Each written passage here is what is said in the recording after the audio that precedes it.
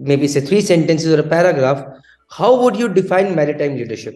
Hi everyone, Jai Hind, Jai Bharat, Jai Mata Di. Welcome to my YouTube channel Merchant Navy Decoded. Today I've got someone very special with me, all the way from Cyprus. That is Captain V.S. Parani. Thank you, Captain, for joining us. Sir has been a sailor, a master himself. He sailed for around 14 years with Mediterranean Shipping Company. Then he became a designated person ashore. Jo log nahi jante, those people who do not know, it is one step ahead of becoming a superintendent. Then he was a crewing and a training manager. In all, he spent around 13, 20, 24, 25 years in Mediterranean Shipping Company. And then he joined Tufton. I really do not know about Tufton much, so Captain Parani is going to give us an insight about Tufton, where he was a QHSC manager for 3.5 years, 5 years, around 5 years. And today he is a vice president of this company as well. Along with that, this one thing that intrigued me a lot was that I hardly know sailors who are authors, or I hardly know any authors who are sailors. So this is a combination where I seen Captain Parani has written a book, and especially something which I am really vouching to know more about, that is maritime leadership. This book I first of all got, Captain Parani, I'll be honest, I have not read this whole book. I just started it 3 days back, but I could not stop myself to interview first. This book is called Golden Stripes, Leadership on the High Seas by Captain V.S. Parani. And let's just start. So Captain, first of all, welcome to my YouTube channel, Merchant Navy Decoded. How are you? Thank you, Praneeth. Thanks for the invite. I'm good. And I see that you're in cold Dehradun. I'm also in cold Cyprus. So we have that in common straight away. Thank you. So Captain, first of all, let's just start from the very beginning. Why did you join Merchant Navy Shipping? Okay. I grew up in the Andaman Islands, Andaman and Nicobar Islands. So which you know is a pretty strong naval base for the country. So, and we used to go from Chennai to Andamans by ship. So, in fact, if you read my blog, there is a story about how, as a 12-month child, I got lost on the ship. And then finally, someone found me and they took me to the bridge. So, I was on the bridge at that very young age. But coincidences apart, also the tradition of the Navy appealed to me. And also, and then as I was getting closer to finishing my school, I realized that I realized that I was not, let's say, the brightest student in my class. And two, I also didn't want to be tied to a desk job. Okay, so these were the two main motivations. And then also someone told me that the money is pretty decent. So that kind of sealed the deal for me, my father used to work in a bank, and he knew people, let's say even ship owners and people who used to come for the bill of lading. So he asked around, and there were some people who were able to guide me where to go and which companies to apply. So I went and applied. After application, they said, we don't know. We may give you a seat. We may not give you a seat. So we don't know. So at that time, I had also gotten a seat at an engineering college. So I said, okay, what if I don't get? So let me just join, not waste my time. So I went and joined a course in civil engineering, and I started studying for about 2 months had passed. Then I got the call letter from my company. At that time, it was India Steamships, and the company's not there anymore. So that's it. I mean, I got the call letter. I left everything, said goodbye to all my friends and teachers. And I went on board the ship as a 17-year-old boy. I hadn't done any pre-sea. It was not mandatory in those days. So I just took my bag and went to the company. They said, okay, the ship is in Calcutta port. I just took a taxi and went down to the docks with a bag in hand and joined the ship. So 14 years as a seafarer, if I would say 2 takeaways or 3 takeaways that you took from that sailing life, what would those be? What those important things that you took from those 14 years as a sailor?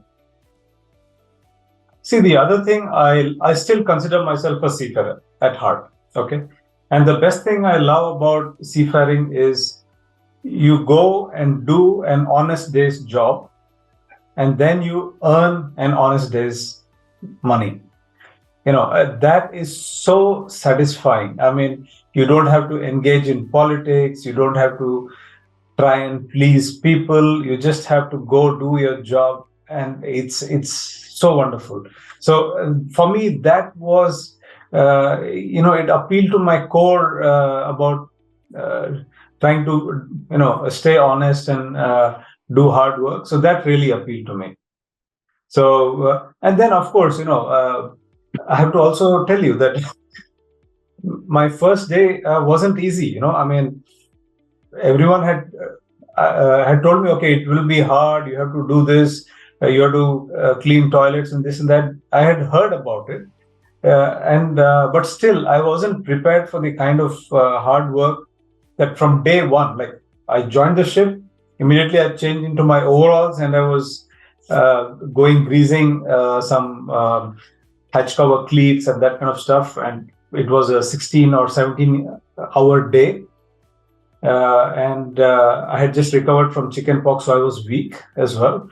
So by the end of the day, when I went back to my cabin and I saw myself in the mirror, I was all black. My bolo suit was already dirty, and my hands were scratched. I mean, we were not given gloves, so my hands were all scratched. And I asked myself, what have I gotten myself into? So that was a fairly intense moment. I couldn't go back to engineering because I would lose face, because I had a lot of family members, like my mom and my neighbors. They all said, don't go. And I had told them, no, I'm going. And it was not very common in those days to go to sea. And I had said, no, I'm going to sea. I'm going to leave this engineering seat and I'm going to sea. And I asked myself, I wouldn't have a face to go back with. I said, never mind, I'll stick with it and let's see where it goes. So the point is, yes, it's going to be tough, even though you're not prepared for it, but stick with it. Yeah, you will have some challenges along the way, but you have to go through it. Look, if anyone else can do it, so can you.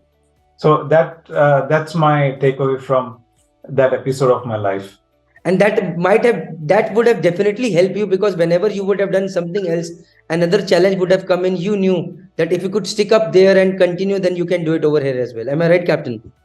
Absolutely. So that has been, I think, an underlying quality that I have picked up. So with grit, you do need grit to succeed. You just got to stick with it, and you can overcome any challenge. Very well said, sir. And what was the reason now to shift to shore? Was it challenge, another challenges needed, stagnancy, or family pressure? Because these are the three things. Yeah, see, I didn't actually plan to stop sailing. Okay. Many things happened at the same time, and it was a combination of luck and a bit of effort. So what had happened is, during my vacations, when I was sailing, so during my vacations, I used to tell myself, I want to be the best seafarer I can be. I want to be the best captain there is.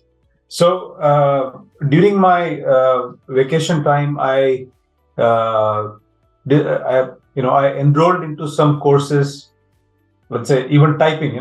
Those days before, just when computers were starting, I took some typing course to improve my speed to write reports. And then I enrolled into a course for ISO auditor, ISO 9001 standards, ISM auditor, train the trainer.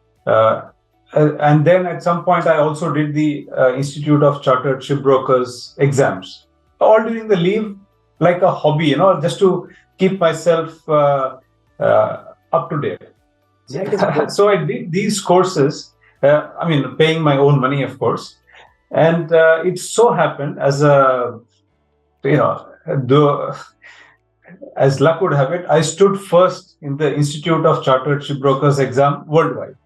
Okay, so then, I was kind of, my name was kind of up there in the company, but also at the same time, I had done, let's say, some good work on the ship. So we had some old ships, and we put in a lot of effort, and we turned around the fortunes of the ship. The ship was getting targeted by Port State Control, but after we put in sort of a lot of work, after 6 months, and I used to sail for long periods. So after 6 months, the ship actually, cleared without deficiency, and the ship was trading well without downtime. The morale of the crew was up. So kind of my effort on the ship was also noticed by the ship managers and the ship owners as well. So so that took me to a certain place. And also what happened is,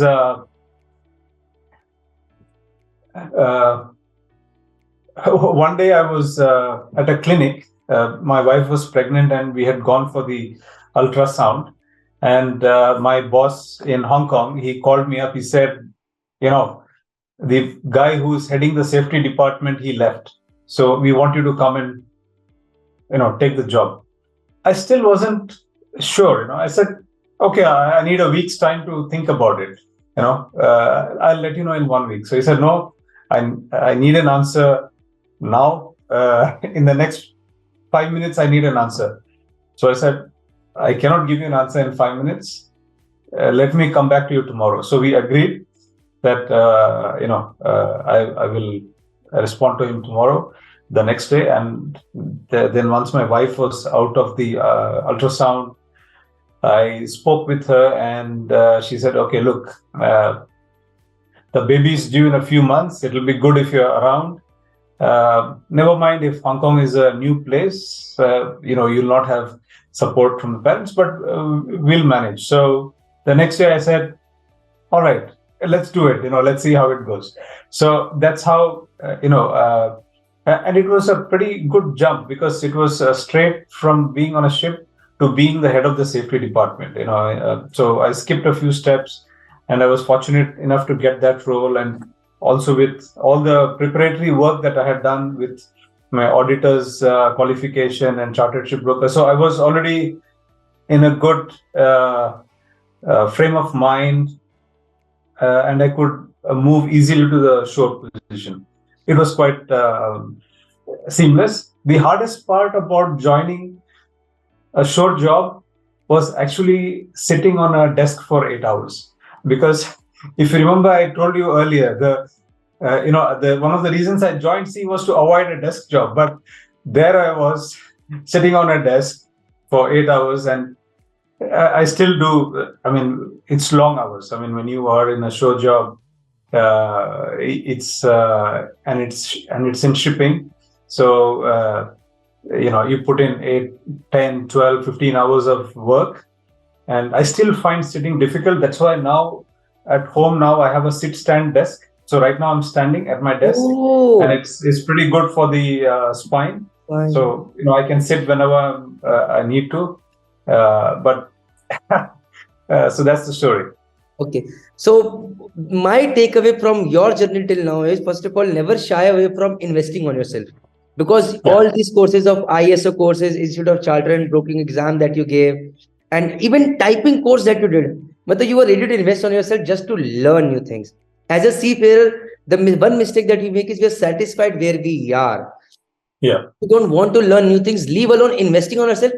Even if company insists, do this course, we are investing, we say, we don't need to do this, which is somewhere down the line not good. Right, Captain? Yeah. I hope you agree. Absolutely. In fact, I used to bother the guys at the company. I used to say, put me in the course for hydraulics, and put me in the course for this electro-technical thing, because I was interested. And look, if you're a captain, you're not the captain of just the bridge, you're the captain of the whole ship, including the engine room. So if you can help in any way, just go and help. And if you have the skills, you can go and help. You can add value to your team. So if you don't invest in yourself, nobody else will. Okay. So it's very important to invest in yourself, and I didn't stop there. So even afterwards, you know, you will see that I have also a master's degree in law. Okay, so I did this because I was handling a very tricky case. This was a case where, unfortunately, a seafarer was accused of a certain criminal offense. He was innocent.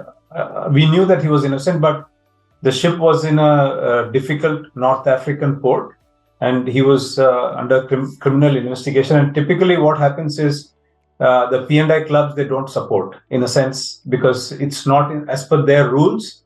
If there's a criminal offense, the P&I clubs will, they will back off, because they are obliged under their laws not to get involved in criminal matters. So it was left largely to me. I wasn't a lawyer, but I had to work with the criminal lawyer and help this guy out. So then I took this course to understand, the legal language. So of course I did get my master's degree, but for me the more satisfying thing is, because of my efforts, the seafarer was able to get free after 2 years. So about 1.5, 2 years. So for me that was a big achievement. But of course I got this core degree on the way, which also today helps me read contracts, understand how contracts work, understand how law works. Because law is not just about some regulation. You have to understand how it works. What is the thought process behind it? And it also gives you the ability to think in a certain way and from different perspectives. And then I was in the safety department, but there, and then I changed from the safety department to the crewing department. Now, the skill sets required are different. Okay, so safety department, you're highly analytical. You're looking at KPIs and figures and numbers and investigation, root cause analysis. And when you get calls from the ship about collisions, groundings, or fires, you know what you have to do. You give the step, 1, 2, 3, do this thing. So we are okay. But in crewing, it's about human connection. How to build human connection. So as a person, I'm, if I take a test, I will be rated as an introvert. Okay. So I'm a person who generally likes to read. I'm not much of a party animal, or, I'm not that sort of a person. So, even my wife, when we were engaged, she used to do most of the talking, and I used to just listen. So I was not in the habit of talking much. So then I took this MBA course. So the MBA, it helped me also understand, how leadership works, how management works, and learning communication skills. So then, I learned negotiation skills.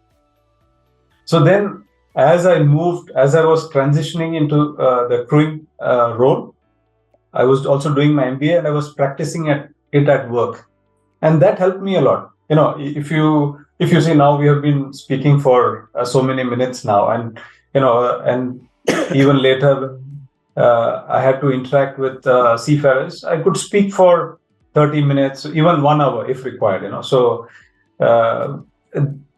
this education gives you skills that you can apply on the job. It's not a paper that you hang on the wall. Actually for MBA, they said, do a project, this, that. I said, look, right now I'm writing a book, so I'm going to do that later. So it's about, what you can actually, develop yourself and how you can apply yourself at work. And it's a joy you get by doing a good job. You do get joy in that. Captain Parani, I will be very honest. I really did not have an iota of knowledge that I'm going to learn so much through this video. And I'm being honest. I talk a lot about investing on yourself. I am myself doing a leadership course right now, learning about leadership from a mentor, and it is really important. But doing an MBA, doing a master's degree in law, before that, clearing all in a rank 1 Institute of Charters exam, it's phenomenal. So my next question to you is, When and how did you decide to become a author, or I'll write a book? What transpired you to become an author? Okay. Okay, I'm going to tell you a story, and it's not one that you will expect. Um, okay, look, I mean, I did have these ideas about leadership, and I used to read a lot, because you do need to read a lot to also be able to write. So during my commute, when I was living in Hong Kong, I used to commute by boat to my office, and it was a 25-minute ride. And in Hong Kong, you can get books free, 6 books free of charge from the library. Every week you can loan. And I used to read the books on management and leadership. So I was equipping myself. And also, again, coming back to your first point, investing yourself doesn't mean always you have to go for a course or a degree or a certificate.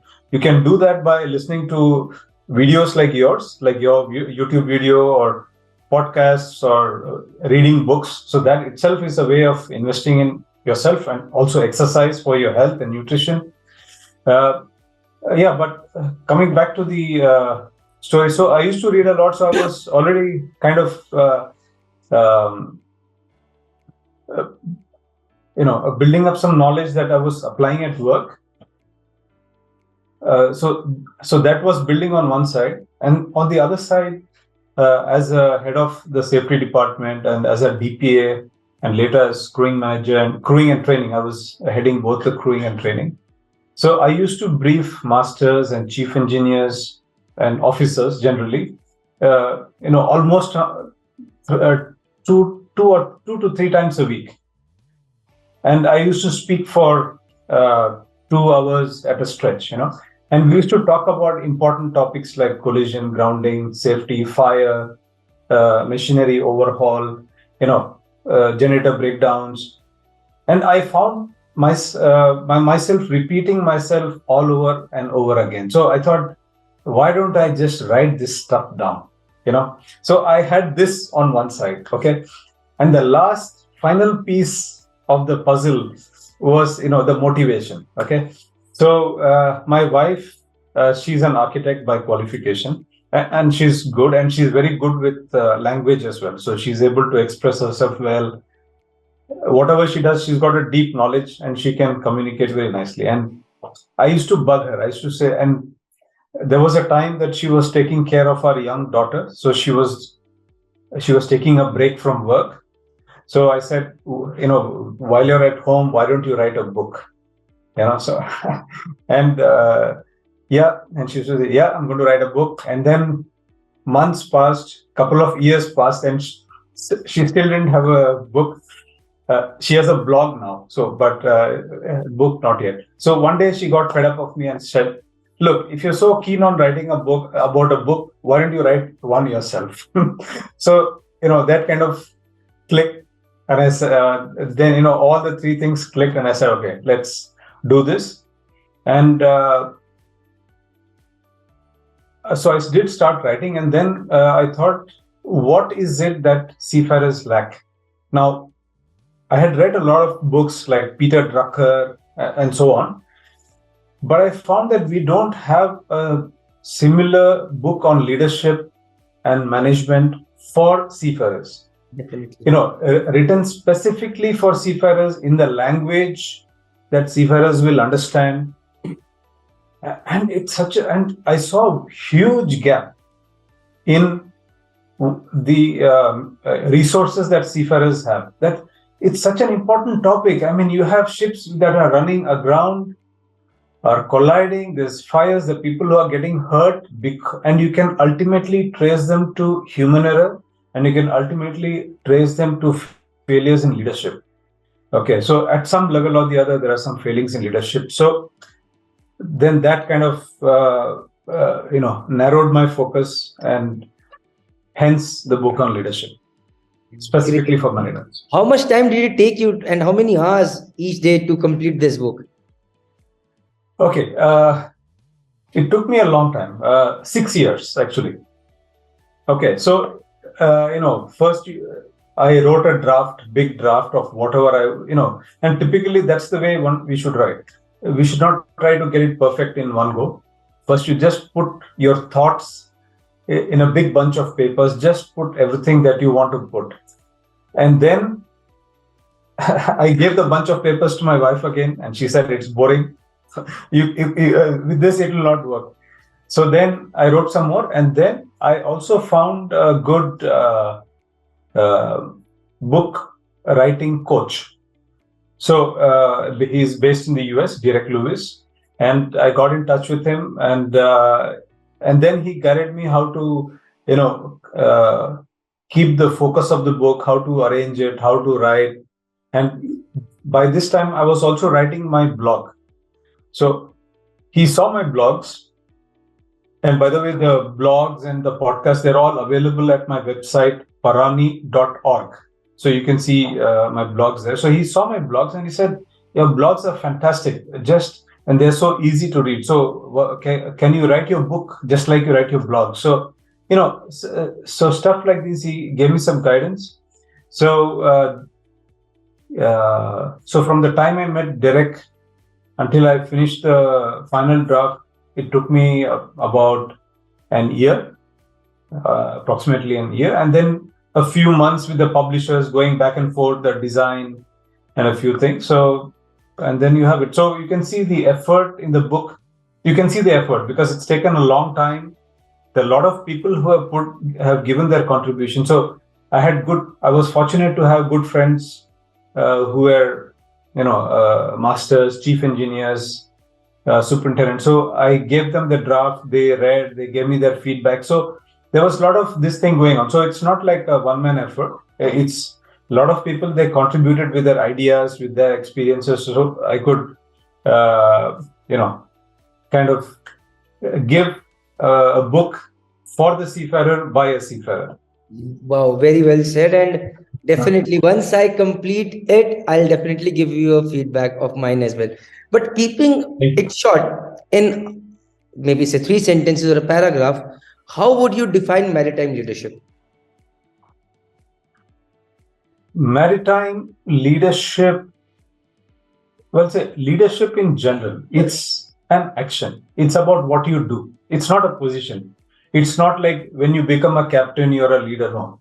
Even as an able seaman, a third officer, a fourth engineer, a second, you are a leader you're a leader, and at different levels. So there's this thing about being good at the job. So if, leadership with expertise, self-leadership. So you got to be good in your job and to be able to perform consistently. And then you add value to others and people naturally will come to you for advice. Okay, so it's not, okay, you do have positions on board, you do have hierarchies, but when we look at leadership in its true sense, it's about adding value to people. It's about helping others to do well, helping yourself to do well and helping others to do well. And the ultimate aim is for everyone on board to be safe and for the ship to be safe. If that can be done, I think you are on the path of maritime leadership. As a captain, what are those qualities that a captain really needs to have to be a very good leader or to be a leader on board ship? Because I have sailed with some very good captains and I've sailed with a few captains whom I really do not want to remember as good captains at all.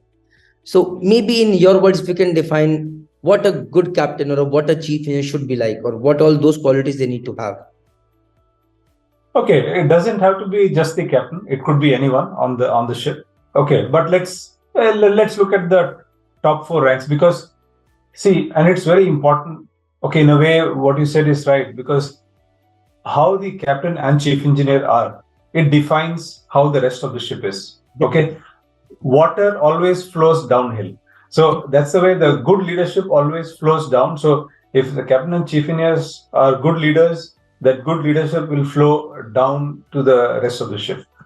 There are many qualities, like I said, you got to be hardworking, got to take care, you got to be hands-on, when required, to be at the right place at the right time, to have good communication skills, to be courageous, when everybody is panicking in a fire, you got to be calm. So and also sometimes you do need the confidence to say no as well. So if the pilot is going at a very fast speed, you need to say no, we need to slow down, or no, don't do this, it's not safe. So there are many such qualities that a leader needs. But if I have to summarize in, let's say, one or two words, is a courageous person with a mother's heart. So you have the courage and the confidence to take action, keep the ship in a ship-shape condition, but at the same time, with the mother's heart, take care of your people. So I will just add one thing in this, Captain Parani, that is a courageous and a competent person with a mother's heart. Because without competency, I think so courage can lead to a lot of disasters as well. So I think so competency is very important. Along with, you need to know your work and you need to know work of your people as well. If I can sum it right. You're absolutely right. So that is why, if you see in my book, the first chapter starts with lead by expertise. So that is what I have said, is if you are not an expert at your job, if you don't have the basic level of expertise, I'm not even talking about competency, you're talking about expertise. If you don't have the basic level of expertise, you cannot be a good leader. So expertise or competency is like the hull of the ship. So without that, it cannot go anywhere. So you're absolutely right. And when I say confidence, the confidence comes from expertise. If you're not competent, what you have is overconfidence. Okay, that's not confidence, that's overconfidence. So you just jump over to overconfidence. So you're absolutely right. Point very well taken. Now let's talk about Tufton. That is something that you've joined around 5.5 years back. What is Tufton all about? So after many years in ship management, a friend of mine that I met in my daughter's school, so he was working for Tufton, and he invited me to join. So Tufton is an investment manager. So they invest in ships. So they get funds from institutional investors and they invest in ships. So in a short word, ship owners. Okay, but not your traditional, person coming from a captain and investing in ships. But these are big institutional investors that invest in ships. And I am part of the team who deal with the maritime matters. So we have one team who, are working around the investment and making sure the shareholders get the returns. And we are on the side to make sure that the ships are running smoothly, that the managers take care of the ship, and we protect the interests of the shareholders. So if I just learned it from someone that if we talk about shipping, 80% of shipping is all about buying and selling shipping, where the major share lies. 15% is about ship broking and chartering, and rest only 5% is about management share, like companies like Anglo, Fleet, Synergy, or all those are playing out there. Is it summed up right that major share is in all buying and selling of ships? See, right now, the global economy, we are in the age of globalization, and we are in the age of where we need commodities. We don't have all the commodities. We need to import and export commodities. That's the way the whole economy globally grows. So for that to happen and for that to grow, we do need ships, and because ships carry 90% of world trade. So like I was saying, you have people who invest in ships. So generally, the idea is, when people invest in ships, they want to know what kind of returns you will get. Okay, because everyone needs returns. So generally what happens, then they invest in ships, and then they have kind of the investment horizon planned. Okay, so they know, okay, for the next 5 years, this is a market, and this is a predicted market, and this is how we are going to get. This is a kind of minimum returns we will get. There might be a maximum, but this is the minimum we will get. So you have one projection along this in this direction, and of course, people might want to keep the ship on spot, but there's a different calculation for that. So you can make pretty good, steady money with this kind of a planning. But then what happens, like in the world of geopolitics, like right now is happening with Russia, Ukraine, or you will have pandemic, so you have then issues with supply chain. People need more ships. So you saw the container ship market just went up like this. So that is a rare opportunity that you can really, make a lot of money, and ultimately the money goes to the shareholders. So when you have an opportunity like that, I think it would be foolish not to take the opportunity. So then, of course, you sell the ship and then invest that money in somewhere else. So yes, you can make pretty good returns from, let's say, horizon. But then when you have pretty good S&P markets, you take advantage of that. I think that's an obligation to the shareholders. So you do need to take advantage of that.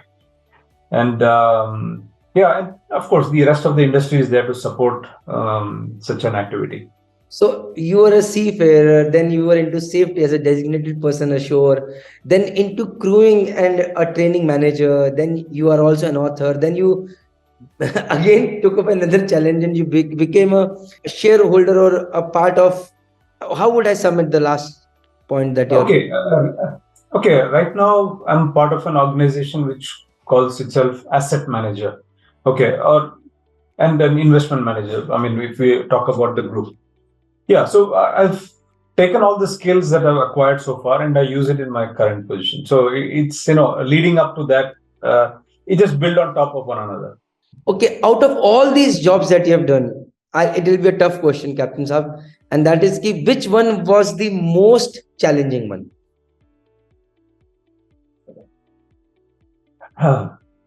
See, I think all of them were challenging. I would not. Even seafaring was, every day was a challenge. A new kind of challenge, and then even in my roles ashore, every day was a challenge, new kind of situation with the ship. So you have a grounding or a fire, or and even now, you have different charter party disputes. So you have different challenges every day, and that's what keeps it interesting. I mean, if there were no challenges, I wouldn't continue, because if I felt I was not being challenged, or if I felt I was not learning, I would say, okay, I need to stop and I need to move on to something else now. So that's the approach. But I think the most challenging thing is losing a person on board. I think that, for me, unfortunately, I've had to deal with quite a few cases, and it never gets easy. Every time is something like that happens, which does happen from time to time. It's very hard. And I remember each and every one of them. So it's that I would say is the biggest challenge. To sum it all, what I could learn from you is keep pushing yourself, keep learning, keep challenging yourself, keep investing on yourself, keep learning. This is what I can sum your journey all about. And what's next in your mind? Is it being what you're doing right now, or something else is brewing in your mind? Okay, like something else just might click someday and you might go for the challenge. Yeah, it's I'm one of those people who and like you see, many of the things that have happened in my life have happened by chance. So it's very difficult to predict where you will be in 5 years or whatever. So it's, at least for me, I am speaking for myself. So many of the things, right from joining a ship to a career ashore, I told you, one day I just got a call out of the blue, joined the office. And then I went to Hong Kong. Then from Hong Kong to Cyprus, they said, move the office, go there. So I was here. Then a friend called, joined here. Okay, meeting my wife. So these are all things that have just happened to me, and I've just gone with the flow. So I think one has to prepare ourselves, like you said, invest in ourselves. So when there's an opportunity, you just take the opportunity, and you can kind of quickly do well in that new role and be happy. Thank you, Captain Saab. Your video, matlab the chat that we have had, this candid conversation, is quite a learning experience. I'm definitely going to pass on this video with a must recommendation to all my batchmates, especially. I think so, there is a lot of talent out here. There's a lot of things that people want to do, and such inspiring stories can tell them that if you can do it, maybe they can as well. So let's just keep motivating and keep sharing such stories. Thank you for joining. Thanks a lot, sir. Thanks a lot. Thank you very much, and I wish everyone all the best, and may you achieve what you intend to do, and stay safe. Thank you, sir. Thank you, sir. Thank you.